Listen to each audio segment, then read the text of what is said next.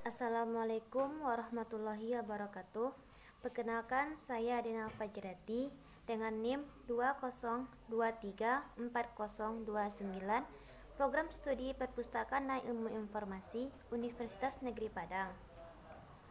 Pada kesempatan ini, saya akan menjelaskan materi tentang struktur organisasi.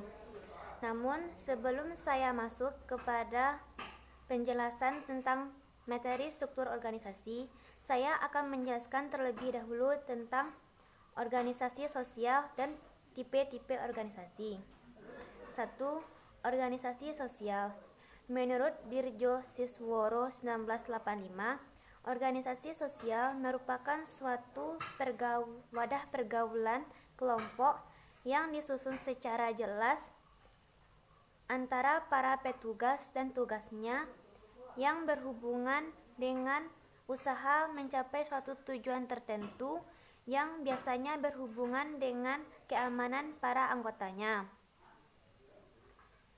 Dalam mengetahui sebuah kelompok ini merupakan sebuah organisasi sosial, yaitu mereka memiliki ciri-ciri seperti formalitas, hierarki, ukuran besarnya, dan lamanya organisasi ini. Adapun alasan dalam pembuatan sebuah organisasi sosial ini yaitu 1. Alasan sosial. Manusia senantiasa menginginkan hubungan yang baik dengan orang lain.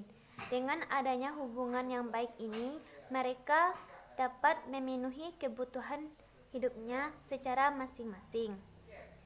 2. Alasan material.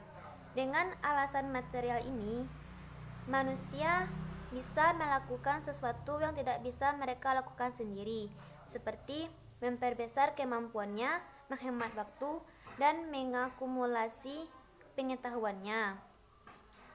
Di dalam sebuah organisasi sosial memiliki beberapa tujuan, diantaranya menyelesaikan semua pekerjaan, memecahkan masalah, mempertahankan dan memperbesar output, memperbaiki kinerja, dan memberikan kepuasan moral. 2. Tipe-tipe organisasi. Tipe-tipe organisasi dapat diklasifikasikan menjadi organisasi formal dan informal, organisasi primer dan sekunder, dan organisasi yang diklasifikasi berdasarkan sasaran tertentu. 1. Organisasi formal dan informal. Organisasi formal memiliki struktur yang baik, yang menjelaskan tentang hubungan-hubungan otoritas, kekuasaan, akuntabilitas, dan tanggung jawab para anggotanya.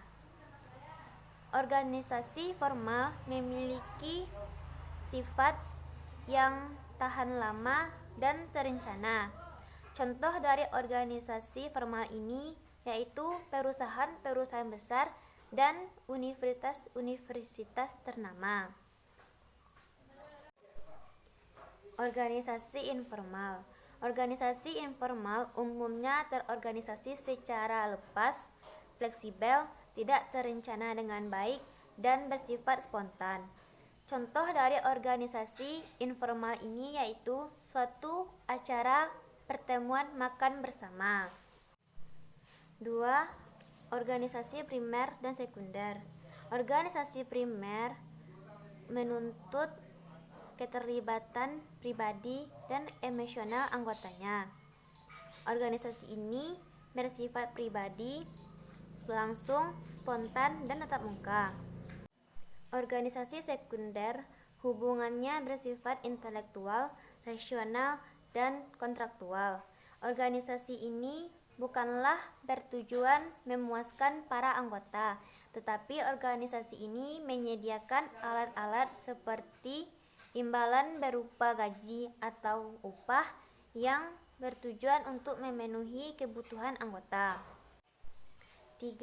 Organisasi yang terklasifikasi berdasarkan sasaran. Organisasi yang terklasifikasi berdasarkan sasaran ini bertujuan untuk memuaskan kebutuhan, keinginan, atau sasaran-sasaran para anggotanya. Contoh dari organisasi ini yaitu organisasi-organisasi pelayanan, organisasi-organisasi ekonomi, organisasi-organisasi religius, dan organisasi lainnya. 3. Struktur organisasi. Menurut Rekso Hadiprojo 2001, struktur organisasi merupakan suatu perwujudan yang menunjukkan hubungan antara fungsi-fungsi dalam suatu organisasi serta wewenang dan tanggung jawab setiap anggotanya dalam menjalankan tugasnya. Adapun 3 model struktur organisasi yaitu model tradisional, model manusiawi, dan model sumber daya manusia. 1. Model tradisional. Model tradisional berbentuk piramida. Struktur bentuknya berdasarkan anggapan model tradisional. Pengambilan keputusan dan kegiatan-kegiatan yang akan dilakukan secara maksimal. Dalam struktur organisasi tradisional, pemegang posisi hierarki memiliki tanggung jawab terhadap setiap bawahannya, sehingga setiap bawahan yang akan mengambil sebuah keputusan yang penting haruslah mendapatkan persetujuan dari pemimpin terlebih dahulu. 2. Model manusiawi. Pada model manusiawi tidak menyarankan struktur formalnya dimodifikasi, tetapi mengusulkan beberapa persetujuan seperti 1. Model hubungan manusia mempersilahkan para manajer mengutamakan kemampuannya dalam memimpin, serta mengembangkan hubungan kerja sama yang baik antar para anggota organisasi. 2. Model hubungan manusia menyarankan para manajer memanfaatkan organisasi informal yang menunjukkan bahwa mereka memberikan tanggapan yang kooperatif.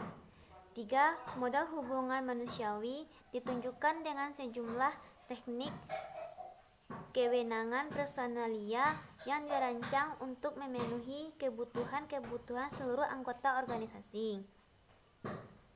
3. Model sumber daya manusia. Dalam model ini, manusia mempunyai kemampuan untuk mempelajari pengarahan dan pengendalian diri yang lebih kreatif daripada pekerja sekarang. Konsep model sumber daya manusia mencoba untuk memaksimalkan fleksibilitas di dalam maupun di antara posisi-posisi yang berintegritas.